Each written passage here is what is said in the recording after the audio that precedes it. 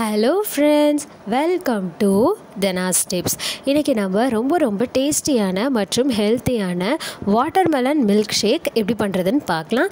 இந்த milk shake பண்ணுறதுக்கு தேவையான பொருட்கள்: தர்பூசணி 1, பால் 100 மில்லி, ஜீனி 100 கிராம், சப்ஜா விதை 1 ஸ்பூன்.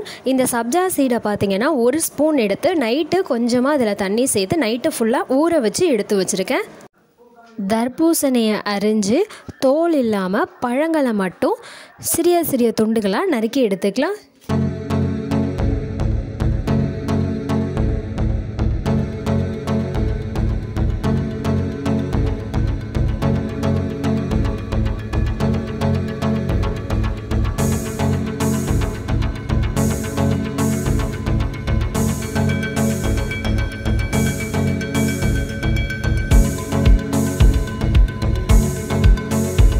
எல்லா தர்பூசணியையும் நறுக்கி முடிச்சாச்சு.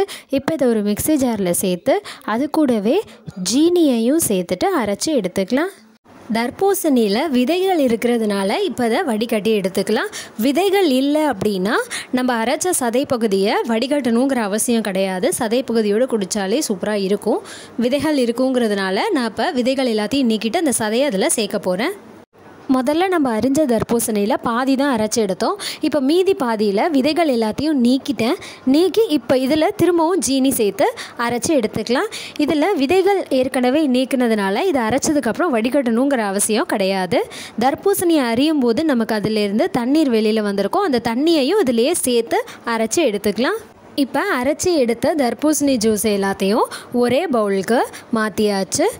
இப்போ சர்வ் பண்ணுறதுக்காக கிளாஸ் எடுத்துக்கலாம். கிளாஸில் ஐஸ் க்யூப் சேர்த்துட்டு நம்ம வாட்டர்மெலன் ஜூஸை அதுக்கு ட்ரான்ஸ்ஃபர் பண்ணிக்கலாம்.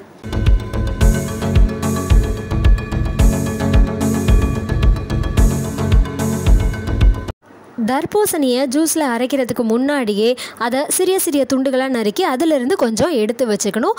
அந்த மாதிரி எடுத்து வச்சதில் இப்போ ஜூஸ் சர்வ் பண்ணதுக்கப்புறம் அது மேலே நம்ம தூவி விட்டுக்கலாம். அடுத்து நம்ம வாட்டர்மெலன் மில்க் ஷேக் தயார் பண்ண போகிறோம். அதுக்காக அதே மாதிரி வேறு கிளாஸ் எடுத்து அதில் ஐஸ் க்யூப் சேர்த்துட்டு வாட்டர்மெலன் ஜூஸை அதில் கொஞ்சம் முக்கால்வாசி ட்ரான்ஸ்ஃபர் பண்ணிக்கலாம். நம்ம காய்ச்சி ஆற வச்ச பாலை இதில் சேர்த்துக்கலாம்.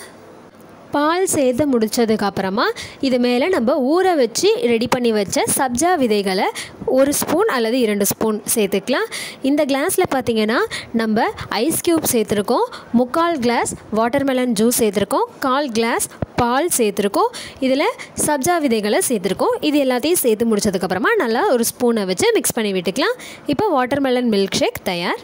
ரொம்ப டேஸ்டியான மற்றும் ஹெல்த்தியான watermelon juice, watermelon milkshake ரெண்டும் தயாராகிடுச்சு. ட்ரை பண்ணிவிட்டு எப்படி இருக்குன்னு கமெண்ட் பண்ணுங்கள். சேனலுக்கு சப்ஸ்கிரைப் பண்ணுங்கள். மறக்காமல் பக்கத்தில் இருக்க பெல் ஐக்கானை கிளிக் பண்ணிக்கோங்க. தேங்க்யூ.